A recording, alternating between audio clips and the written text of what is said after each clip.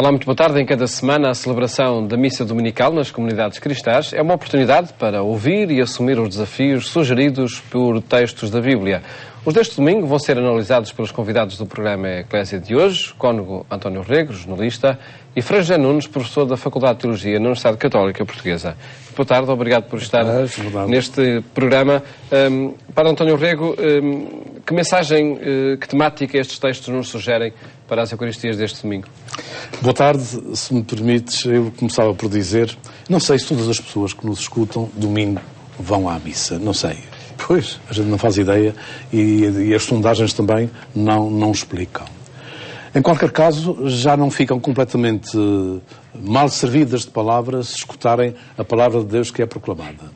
Mas gostava de dizer que a palavra de Deus é um elemento, é um eixo integrante da celebração. Tem a palavra ali que é proclamada, tem a homilia, e essa homilia faz, digamos, a ligação entre essa palavra e a Eucaristia e a vida. Portanto, é aqui que se acentua toda a celebração. Por isso eu convidava as pessoas e até os colegas padres que na sua celebração tivessem em conta este todo, porque aqui é que está a realização total. Bem, eu peço desculpa. A partir de um eixo de matemática específica, no caso deste domingo? Este domingo, como que vem explicitar o domingo passado, porque Isaías é que vai explicar como é que essa luz se faz luz. Vós sois o sal da terra e a luz do mundo, diz o Senhor, no capítulo 5 de São Mateus. No caso, domingo passado foi a festa da apresentação do Senhor, não é? Da apresentação do Senhor. E agora Isaías diz que essa luz se faz como? Abrindo os cordões à bolsa, abrindo o coração aos outros, estando atento aos mais pobres, percebendo quem é que está infeliz, quem é que precisa da nossa presença, qual é a nossa missão de transformar, qual é o nosso compromisso. Eu penso que esta palavra, compromisso, é a que enche toda a liturgia. Depois São Paulo, um pouco à parte, na Carta aos Coríntios, porque segue um método diferente de 7 domingos a falar a esta sua comunidade, o que é importante. Mas sinto que o resumo, o vital desta celebração está aqui. Na luz, que não fica lá em cima, fica para se ver, mas ilumina o que se passa cá em baixo no cotidiano. E esta realidade, nós não podemos deixá-la fugir da nossa responsabilidade.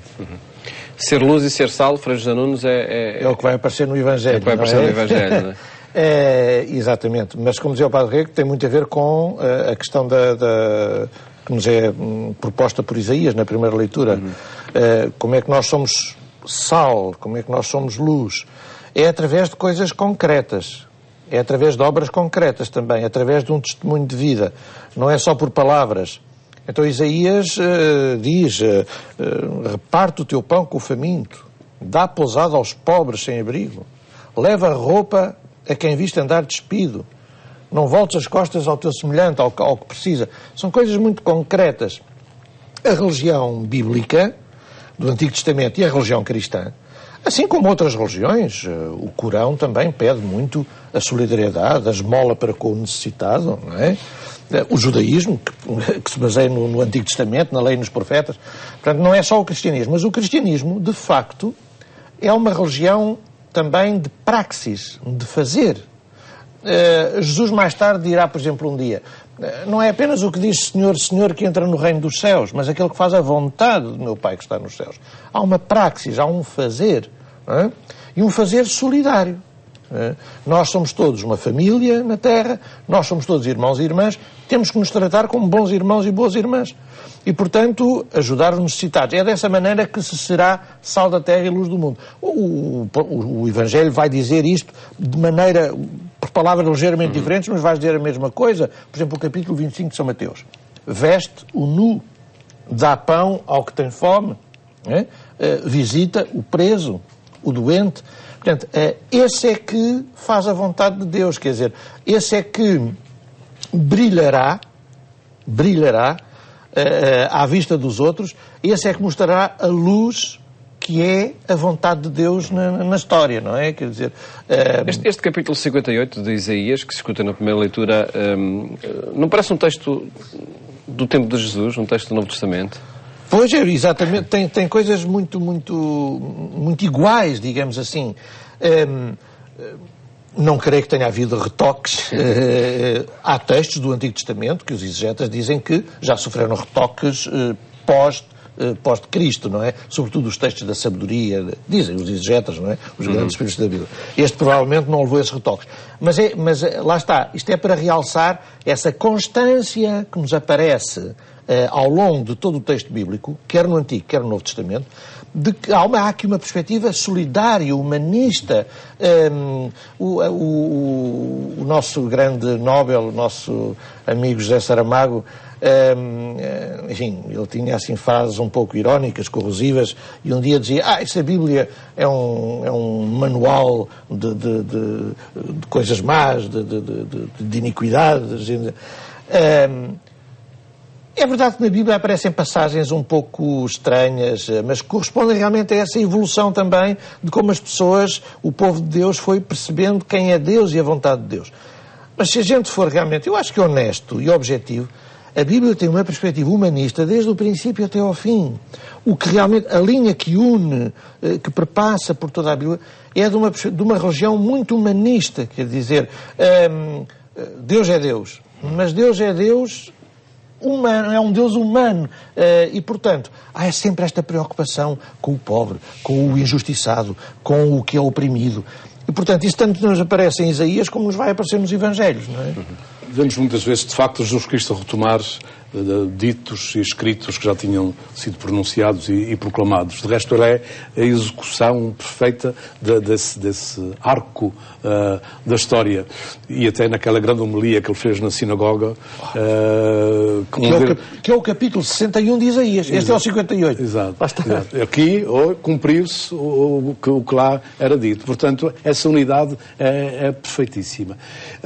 Se me permitissem que entrasse na vida concreta, eu deixava uma espécie de pergunta. Em que altura estaremos nós da crise e da solidariedade? Nós já tivemos um tempo que se sentia pelo menos de uma forma muito mais aguda, e dá a impressão que metade do país se mobilizou para ajudar a outra metade. Cresceram iniciativas de toda a ordem de solidariedade na alimentação, no vestuário. Por exemplo, havia uma notícia que a Caritas tentou arranjar empregos e não consegui, com só 4. Ora bem, era para dizer que talvez possamos estar a viver um tempo de um certo declínio ou com um certo cansaço de solidariedade que me pode parecer perigosa num tempo em que ainda precisamos dela. Não é uma análise política sequer disto, mas a solidariedade, a atenção aos outros, não se faz apenas, digamos, quando ela está nas primeiras linhas da grande informação. Faz-se quando nós sabemos, quando nós vemos e quando nós estamos e quando as pessoas continuam a ser carenciadas. E julgo que mesmo no estádio, digamos, em que possa estar a evolução da nossa vida económica, que eu não sei precisar muito bem, mesmo aí precisamos não fechar os olhos e reacender aquela atenção enorme que tivemos a partir de 2008, onde de facto penso que se verificou um movimento nacional muito forte. Eu não tenho certezas nessa matéria. Mas eu acho que isso é evidente, porque mesmo, e não entrando na questão político-partidária, não é? Mas hoje, por exemplo, há pessoas que dizem que temos indicadores já melhores. Porque o desemprego desceu ligeiramente. Porque o crescimento subiu ligeiramente. Porque as taxas de juro, afinal, não aumentaram, até estão a diminuir um bocadinho para a questão dos empréstimos. Bom, os partidos do governo fazem este discurso. Os partidos da oposição dizem que não é bem assim. Mas mesmo que tudo isso seja verdade, isso ainda são números e não bem pessoas. Quer dizer, mesmo que haja essas melhoras, isso ainda não chegou ao terreno do real. E, portanto, aquela situação que nós vivemos nos últimos anos, ela mantém-se, de facto, quer dizer, estas necessidades brutais, estas necessidades imensas de emprego, de comida, de vestido, de casa, isto mantém-se. Atinge muitas pessoas, não é? Continua a atingir, não é? E, portanto, esta questão da solidariedade mantém-se perfeitamente. Quer dizer, até é de sempre, isto será sempre necessário, mas na nossa situação... Um passo em frente nesta leitura ainda da primeira leitura de Isaías, quando se diz, numa segunda parte do texto, que se de facto o pão for repartido, se for dado abrigo a quem precisa dele. Quando se chamar o Senhor, então ele responderá. Só nesses casos, ou só quando se fizerem essas ações? Eu penso que o que a gente faz é um sinal de Deus. É um sinal de Deus ou da sua ausência. E nós precisamos, de facto, de aterrar muito no concreto para que os outros possam perceber que Deus chegou. Ou seja, a sua encarnação é visível, a sua presença e a sua salvação é visível através daquilo que nós somos capazes de fazer. E por isso mesmo, nós somos o rosto, somos as mãos, somos o sal, o tal sal, que também não deixa corromper. O sal não é apenas para temperar, pelo menos naquele tempo de Jesus, não era apenas para dar um saborzinho à comida, mas era para preservar a corrupção de muitos alimentos. E penso que ele ainda hoje continua a ter essa função para não nos corrompermos a nós próprios, para a nossa sociedade não se perder, para o entusiasmo não ficar esmorecido e para a nossa dinâmica, no caso concreto do apelo de hoje, à solidariedade, à proximidade e à transformação, porque isto pode, de repente, numa leitura superficial, dar a entender que a gente precisa socorrer as emergências. E a gente precisa transformar aquilo que provoca emergências. E somos chamados a isso neste todo da palavra de Deus hoje. Nesse aspecto, lembro-me sempre de uma coisa que dizia o Papa João Paulo II, de que, isto no tempo ainda dos dois blocos, que havia, o bloco soviético e o bloco americano, cada um com a sua ideologia. E ele dizia, há o marxismo coletivista e há o capitalismo liberal e selvagem. A Igreja está equidistante, a doutrina social da Igreja está equidistante destes dois sistemas. Mas não tem uma terceira via. Mas ele encorajava os cristãos a buscarem essa terceira via, quer dizer, a buscarem soluções mais estruturais, que era o que estava a dizer o Padre Rei, quer dizer, nós não podemos ter uma atitude apenas assistencialista, isso é muito importante, quer dizer, eu uma pessoa que está a passar fome não posso dizer assim, olha, eu estou a estudar no meu gabinete a maneira de resolver a economia do país para que tu não voltes... Não, eu tenho que lhe dar pão, não é? Uma pessoa que está a passar fome. Mas eu, ao mesmo tempo, tenho que pensar em modos de produção, de organização económica, financeira até também, mais estruturais. Portanto, transformar as sociedades nesse sentido, não é? Muitas vezes a caridade, como nós sabemos, foi mal interpretada como uma espécie de dar de cima para baixo, não é? Alguém de cima que oferece... E a solidariedade tenta ser mais, digamos... Transversal. Eu penso que não podemos reduzir aquilo que fazemos a essa noção, porque eu acho que a caridade cabe em todos os sítios e essa caridade não é a caridadezinha. É a caridade do meu afeto fraterno com qualquer ser humano. Aí é que me parece. E, portanto, essa é a nota que o cristianismo pode oferecer às grandes ações e às grandes transformações, mesmo estruturais, da sociedade. Mas também temos de ter algum cuidado para não pensarmos que estamos a fazer tudo quando estamos a resolver emergências que estão ao nosso lado. Que são importantes, mas que não são tudo. Portanto, ainda a respeito dessa frase que o Paulo estava a dizer, é interessante, se nós realmente formos solidários e fizermos o bem e ajudarmos quem necessitar, então se chamarmos o Senhor, Ele responderá, estou aqui. Sim, quer dizer, eu acho que sim, eu acho que nós sentiremos que se chamarmos o Senhor, Ele está connosco. Mas esconde-se aqui um sentido ainda talvez mais profundo da coisa. É que quem vive desta maneira, na solidariedade e na caridade com os outros, ele próprio está a sentir que o Senhor está mesmo ao seu lado, porque está a viver divinamente. Este é que é o verdadeiro sentido da vida cristã. É encontrar a felicidade, sentir-se a viver uma vida divina, sentir-se com Deus mesmo a seu lado, porque está a fazer o bem. Isso é extraordinário, é ser feliz ajudando os outros a ser felizes. Por certo que esta análise, porque infelizmente ela diz respeito a muitos cidadãos ainda, e a necessidade de nos ajudarmos reciprocamente. Enfim, poderíamos estar aqui muito mais tempo, mas vamos ao texto seguinte, o texto da segunda leitura. Segunda leitura. A primeira carta, a primeira epístola do apóstolo São Paulo aos Coríntios, no capítulo 2. Chama-se a atenção para o essencial. Um gesto humilde apenas... dele. Eu não estou aqui como um sabichão, não estou aqui como quem tem todo o espírito, quem tem tudo. Não, eu também tenho sofrimento, estou como Jesus Cristo crucificado, estou cheio de fraqueza, mas também cheio de amor. Eu acho que esta atitude de Paulo, estamos, digamos, no princípio da primeira carta aos Coríntios, é uma atitude muito próxima para um mundo muito confuso, que era o da altura, cruzamento de muitas culturas, de muitos negócios, de muita perda de sentido. Corinto era um pouco isso. E ele faz uma comunidadezinha que é relativamente pobre e não muito grande, e vai-lhes dando sempre esse elan para eles não se perderem no meio desse universo e descobrirem sinais. E ele próprio começa por aqui, até que vai caminhando nesta linguagem e vai mais longe, mas hoje diz: eu não sou nada, Jesus Cristo crucificado, aqui é tudo. Aqui é o nosso emblema, é a nossa força, ele é que é o sinal.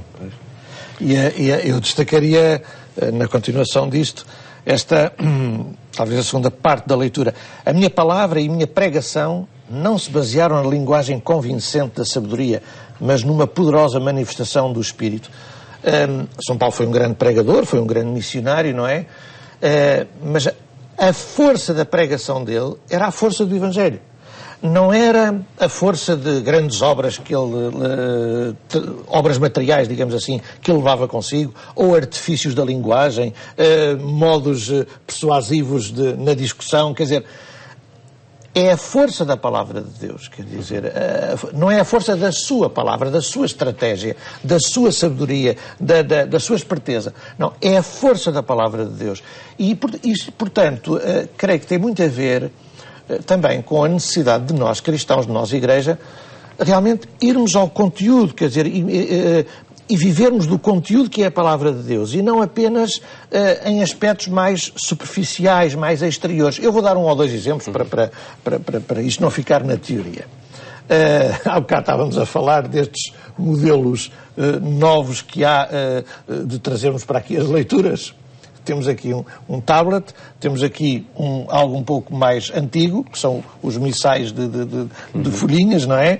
E ainda há, como nós estávamos a brincar há bocado, as ardósias, os quadros pretos. Exatamente. Bom, mas a palavra de Deus, e é importante nós adequarmos aos tempos modernos e às estratégias e às possibilidades de comunicação. Isso é muito importante. Mas mais importante que tudo isso, vamos lá ver, é o conteúdo. Claro. E a palavra de Deus tanto pode estar nessa folha, como neste livro, como no tablet, nos rolos, de há 3.000 anos, não é? Quer dizer, eu acho que isto é muito importante. Eu tinha enfim, não vamos para casos pessoais. A gente às vezes abre o computador e vê sites, páginas muito bonitas, muito bem artilhadas, digamos assim, mas depois o conteúdo aquilo não vale nada, quer dizer. Portanto, dar importância também aos conteúdos, quer dizer, ir à força da palavra. E ainda dou mais um exemplo, que aí é uma questão pessoal, que eu já fiz um pouco essa experiência, quer em paróquias, quer em colégios, enfim, quer em conversas com pessoas, sejam adolescentes, jovens. Às vezes há a tendência, como que, pensando que facilitamos assim a maneira de apresentar a religião cristã de uma maneira mais agradável às pessoas, de começar com conversas muito moralejas, sem ir ao fundo da questão, quer dizer, se a gente perguntar, por exemplo assim, a adolescentes, olha, de que é que vocês querem falar? Eles podem dizer assim, eu quero falar do amor, quero falar da droga, quero falar dos preservativos. Bem, está bem, podes falar disso tudo, mas eu, por exemplo, numa catequese, ou numa aula de moral, ou numa conversa explicitamente cristã, eu prefiro falar de Jesus e do Evangelho, quer dizer, claro. Não andar com essas moralejas apenas, quer dizer, ir ao centro, ir à palavra, ir ao conteúdo principal. Desculpa, só para confirmar isso, o Papa Bento XVI tem uma frase que nunca me saiu da cabeça, que é assim: a nossa aproximação à fé não se dá através de verdades ou de dogmas, mas pelo encontro com a pessoa de Jesus. Isso aqui é o nuclear da fé. Isso é exatamente, ou seja, o Papa diz como tu dizes. Não, mas eu estou acredito que todos diz isso muito bem. Isso é ainda bem que lembraste disso, porque, por exemplo, os documentos do último Sínodo dos Bispos também falavam muito disso. O resto cita, a exortação também cita. Exatamente. E, por exemplo, na missão, já que outro dia também falávamos das missões, lá está, é uma questão muito fundamental. Quer dizer, eu na missão, mais do que levar, por exemplo, catecismos, com coisas morais, de mandamentos, de listas de pecados. Não, é dar o Evangelho às pessoas. Por exemplo, os catecúmenos, lá no sítio em Angola onde eu estava, o primeiro ano era com o Evangelho de São Marcos e o segundo ano com o Evangelho de São Lucas. Dar a palavra, dar Jesus. Não é? Para referirmos também o Evangelho e informarmos o texto que se escuta neste domingo, que é do São Mateus, no capítulo 5, o capítulo 5. Estamos no caminho das bem-aventuranças, não é? E este ser sal, ser luz, é mostrar a pessoa de Jesus Cristo. Acaba por ser, enfim, a mensagem que está em sintonia com este desafio que apresentava. É a responsabilidade de o revelar. É a responsabilidade de o revelar. Porque parte do princípio que nós o conhecemos, que ele é o sinal da nossa vida, e agora nós temos de facto, no mundo onde estamos, dar sinal disso. Porque somos sal no tempero e também na preservação da qualidade das coisas, e somos luz porque também projetamos, não a nossa, mas somos uma espécie de refletor da luz de Jesus Cristo. É engraçado que a Lumen Gentium, as pessoas perguntam, o que é Lumen Gentium? O que é a igreja? Não é a igreja, é Jesus Cristo. A igreja é a lua que reflete o sol. E nós também somos uma espécie de lua que refletimos o sol de Jesus para os outros. Tentar mostrar como Jesus é a luz para todas as situações, quer dizer, para o mundo. Jesus e o Evangelho podem ser uma luz para quem está a viver na família, para quem está de férias, para quem está a trabalhar, para quem está desempregado. Quer dizer, Jesus é a luz para todas as situações. Esse é o desafio a apresentar em qualquer tempo. Agradeço-vos terem estado aqui neste programa, onde quisemos apresentar os textos bíblicos que são lidos nas missas deste domingo. Votos de bom fim de semana, bom fim de tarde, até a próxima segunda-feira, se Deus quiser.